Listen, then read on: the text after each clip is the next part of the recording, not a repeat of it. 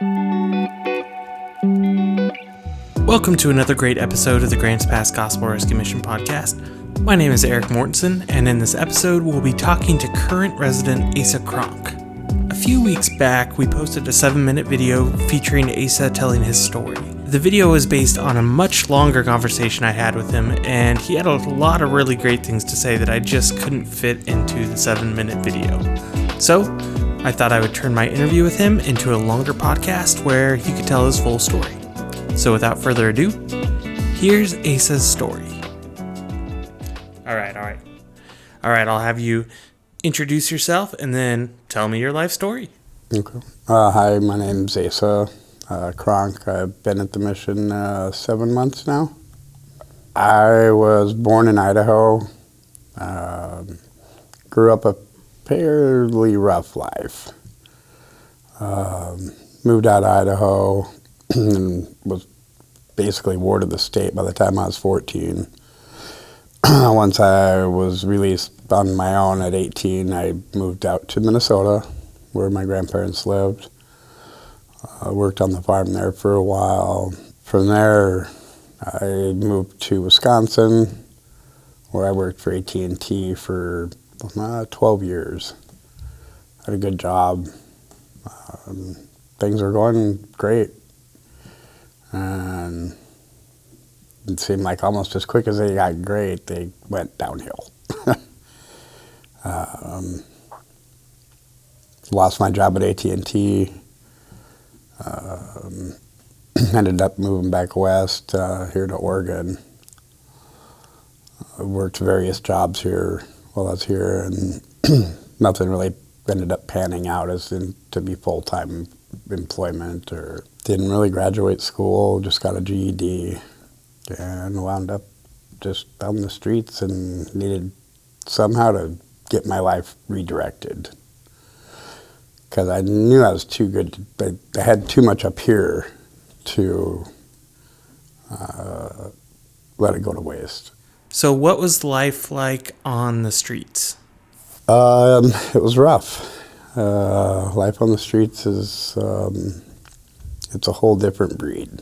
It's survival. What was your typical day like?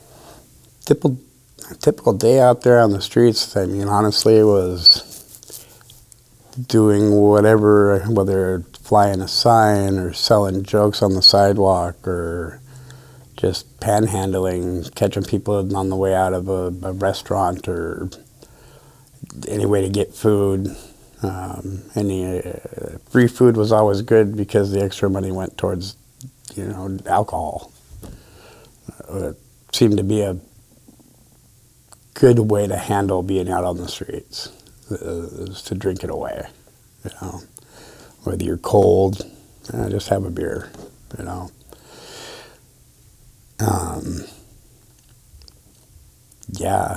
Making sure you had shelter, making sure, am I in the bush far enough that the cops can't see me when they drive past so that I don't get harassed. And that's every night, sleeping with one eye open, I had a dog most of the time, so that was nice. She'd always wake me up if anybody was near me or coming into camp or whatever the case may be. Sleep with a weapon in your hand most every night. Just no fun. If you're not completely prepared, which can happen often if your stuff gets stolen or whatever the case may be, if you're not prepared for the weather, it can be really rough. But, you do what you have to do to get by. What landed you at the mission this most recent time? I was living in a homeless camp down in Crescent City. My car had gotten impounded. Initially, I had been living in my car down there, or my vehicle. It got impounded. It wasn't registered in my name, so I wasn't able to get any of my personal belongings out of it. So I got kind of taken into this homeless camp, and I stayed there for a while. months. And I was at the end of my ropes to begin with, like the struggle of being soaked and just getting too old for it. Hard to even get up and go walking around because my body hurt. I needed surgery on my back. I was in a bad way. It was June 3rd. I was out in the field going to the bathroom, and out of nowhere, this huge guy came running at me, knocked me to the ground, put one of those reusable Walmart bags in my mouth, put his hand over my face, and the whole time he's like, "I'm going to kill you. This is your day."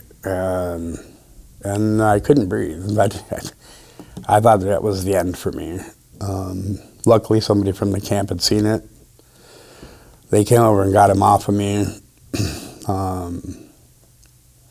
I went to the hospital from there. I'd gotten beaten pretty good. There was a few people that were involved with it. None that were from our camp, just random. Later we had heard that, I had heard while I was at the hospital that there was a gang in the area that they were using as their initiation to go out and kill a homeless person. That's how they were to get into the gang. Like I said, I went to the hospital, and I told them at the hospital down in Crescent City, I'm like, I cannot do another day on the street. And I won't do another day on the street. And they're like, do we need to call psychiatric? Like, do we need to have a mental eval? Or are you thinking about killing yourself? And it's just like, okay, I'm not saying that, but I'm just saying I will not do another night on the streets, and whatever it takes. So they asked me, what if you were to have an ideal solution to your problem? Like, if I could just get back to Grants Pass, I can check into the mission. I was there once before. I had good results. I mean, I got a decent job last time when I left here. COVID shut down the resort that I got a job at, so it kind of threw a monkey wrench in there. But I just told them at the hospital, if I can get back to Grants Pass, I'll check into the mission, and I know the program, I know I can make it, and I can get back on, I can get my mindset, get my sobriety, get my mindset straight. And they kind of hemmed and hawed a little bit. The mental health worker's boss came in and talked to me a little bit, and she goes, well, we see this quite often where people are just trying to get a free ride back to their hometown. And I'm like, technically Grants Pass isn't even my hometown. I'm from the Midwest. So they got me a ticket up here through the point system, the point bus system. I came back on a Saturday, and I called when I was on the bus coming back. I used somebody's phone on the bus, and I'm like, I know you guys don't do check-ins on the weekend, but is there any way you'd make an exception? And they're like, no, we can't. And I'm like, oh man, another night on the streets. So it was raining, so I had a few dollars in my pocket, and I went and bought myself a few beers, drank them down as quick as possible. I went down to the sobering center, and I hit the button. I'm like, do you guys do self-check-ins by chance? And they're like, yeah, we don't get them very often, but yeah. And I'm like, and so they let me in. Stayed the night there for Saturday night, and then I slept right next to the fence out here, between the fence and the railroad tracks out there by the women's side on Sunday night. And then I came here and checked in Monday morning at 9 o'clock. So that's how I wound up back here. I was at my wit's end. What was it about the mission that drew you back here? Structure. The staff. I really clicked well with Clyde when he was here. Brian, Ken Emilio. I knew that as long as I followed the basic rules that some people seem to have a really hard time with, not sure why, but smoking, drinking, smoking pot. I didn't do drugs or like hard drugs or anything like that, but that was pretty easy sacrifice for me at the point I was at of I couldn't, and I won't go back to the streets either. I knew that the mission would be a good support block for me, a good restart my foundation. Like Brian said, when Brian did my intake, and he goes, well, I want you to take your time this time. Because last time I think I was only here for 7 months or 8 months, something like that. But the first opportunity that came across my path was the resort up in Ashland, and it came with housing, and I jumped right on it. That's what I told Brian. I'm like, I thought I did pretty good last time I was here. And he goes, yeah, but where are you sitting right now? And I'm like, at the mission. He goes, so take your time, get your mindset, your health set, and go through the whole program this time. So that's really what I was looking for, to know that even if it takes me a year or 2 years or whatever, I can take my time and try to get my relationship back with the man upstairs. Because I know that helps when you have that in your life. But So let's talk about that for a second. What has your relationship been like with the man upstairs throughout your life? When I was growing up, I spent about half my childhood with my grandparents. When I was with my grandparents, forced to go to church. It was an everyday Sunday thing. We did devotion in the morning. Before we even had breakfast, it was, like I said, it was forced upon me. So I was a obstinate child, but I went through it.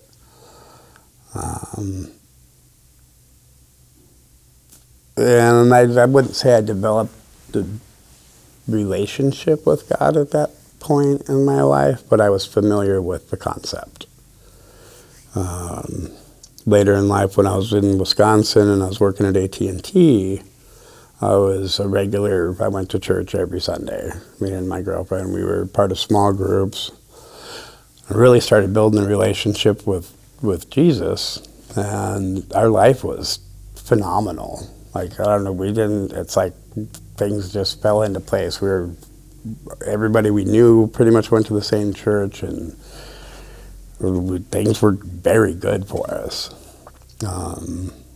When my wife and I split, I kind of veered off in my own direction because she's the one that kind of got me to go to church and spend time in the Word.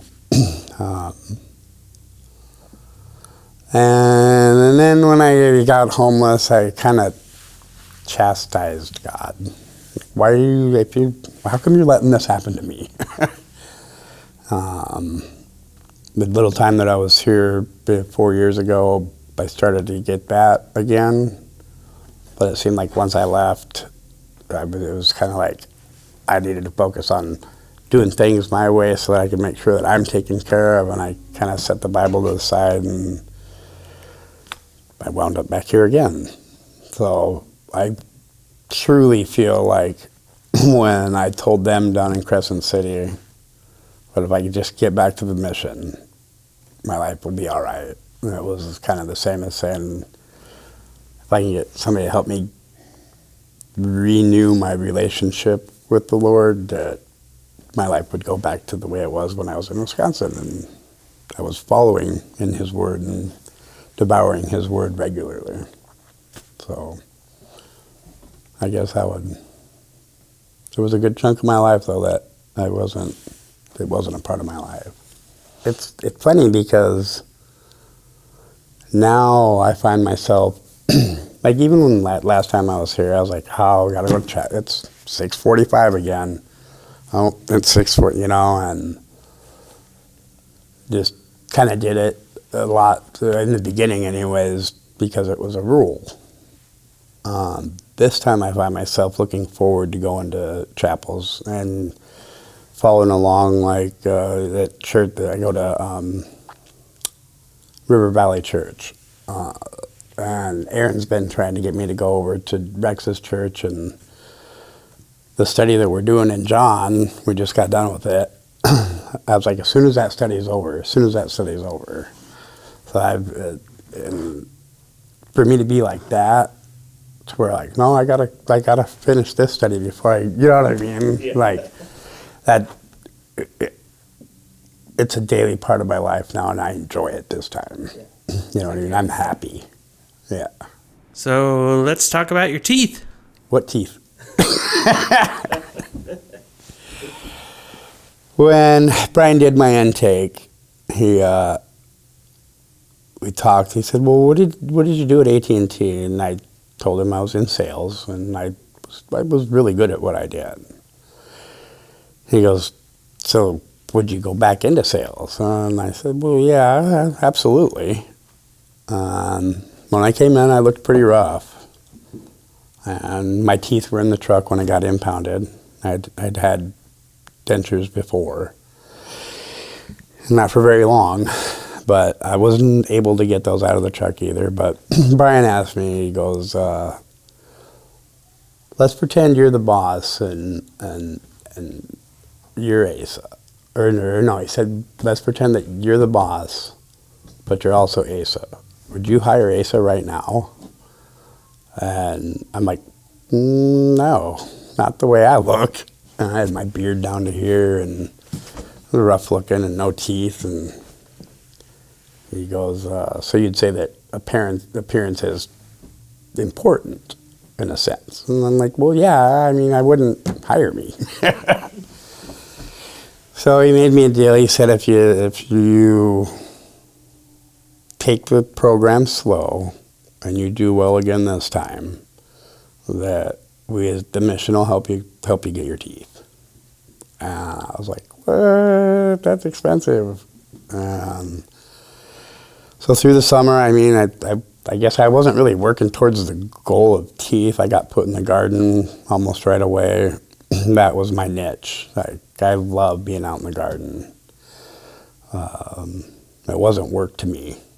You know, I had fun, especially as soon as we got bigger and bigger and bigger numbers that we had donated, or, you know, every time you take food to the rock, you weigh it and you see the weight numbers going up and up and up. And I was like, nice. So just a few months ago, Brian had come out and talked to me in the garden, and he goes, so I talked to John about those teeth, and I'd almost really forgot about it, you know. I was just in a zone out there. And he goes, "So you got a review coming up soon, don't you?" And I'm like, "Yeah." He goes, "Make sure you talk to John about that." And I did, and here in about 2.5 weeks now, I will have new teeth. A smile.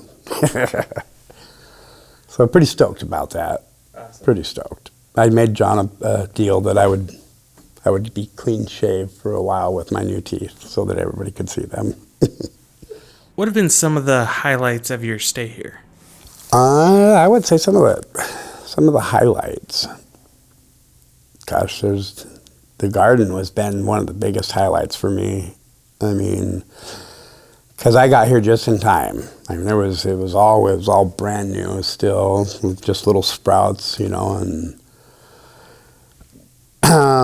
I knew about gardening, but not vegetables. And when they asked me, I'm like, "Well, I know about gardening." And I told them, and they're like, "Well, it's about the same thing." But I've learned so much. I studied the College of Oregon, or Oregon College, OSU. Oh, is that Oregon State? Yeah, Oregon State's Master Gardener program.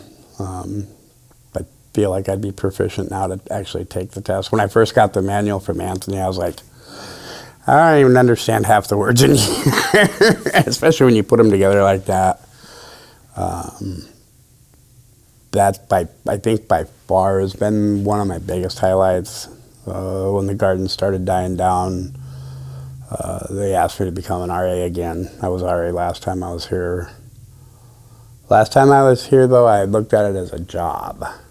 And this time, I've taken, I think, a different approach to where I'm more into the residents as far as helping them progress.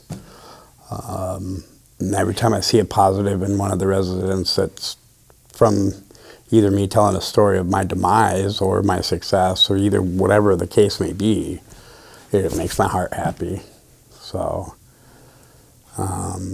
what would you say has helped you the most this time? I think what's helped me the most is the structure. You know, just all the structure, from getting up at the same time every day,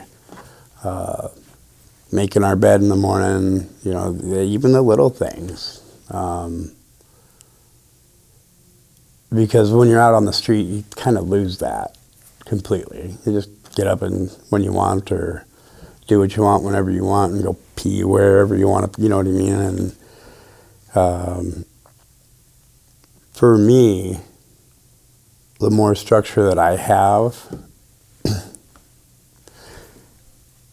the more I'm able to progress mentally, you know, and I realize that you're supposed to be able to structure yourself, but I'm not obviously that good at that. And really just the overall camaraderie, like within the building. I mean, it's positive. I mean, you see a few bad things, but when you're around, even if it's only half of the group that's in the building, if you're around the positive and the people that are moving forward, and it makes you want to move forward, and then you're making other people want to move forward. It just, I like, that seems to be what's helped me the most, I would say. So what does your future look like? I still have enough years left that I can work and get a pension. Yeah, so that's one thing that I've learned that has been pointed out to me many times over is I have what it takes up here to succeed. And that's kind of who I am. I like to succeed. So yeah, I want to get into something. If it's in telecom, that would be ideal. But to get into it here while I'm here, whether it go to the Hope House from here or whatever, but as long as I still can have a little support while I'm getting started, I see myself getting locked into a company and for the next 20 years. And I'll be right at retirement age at that point, 65. Then I'll have my Social Security built up, plus I'll have the pension that I was working hard to get when I worked for AT&T and kind of failed on that one. So I think I can do it. What would you say to someone who is out on the street or in a homeless camp and who needs the mission? What I'd say to somebody out there on the streets is really, don't knock it till you try it. Give it a chance, because the first 30 days might be a little difficult as far as going from no structure to a lot of structure. But once you get settled in and you see the good things that come out of it, just from sobriety alone and having other people that happen to stay sober too and working together, getting into a community, just like a homeless camp is a community, but everybody in that community is drinking or smoking pot or they're doing this or they're, you know what I mean? So you're in that community and that's how you stay. So I would say, you know, at least give it a shot. You know, come in and try it. It's worked for me. It's working for me currently, you know. As I graduate from the program, if I was to go out and advertise the mission, I would be able to explain where I was before I got to the mission and where I'm at now. I would encourage it highly. Even like last time I said, it took me a minute to come but rebuild the idea of a relationship with the Lord. It still helped me last time. Maybe it takes a couple times, but it still helped me. Where I got from where I was last time when I came in here was a huge step in the right direction. Yeah, I failed, but I'm back now. I would encourage it greatly. All right. I think that's it. Unless you have anything else you want to say? Any shout outs? Thank you, Brian. I appreciate it, brother.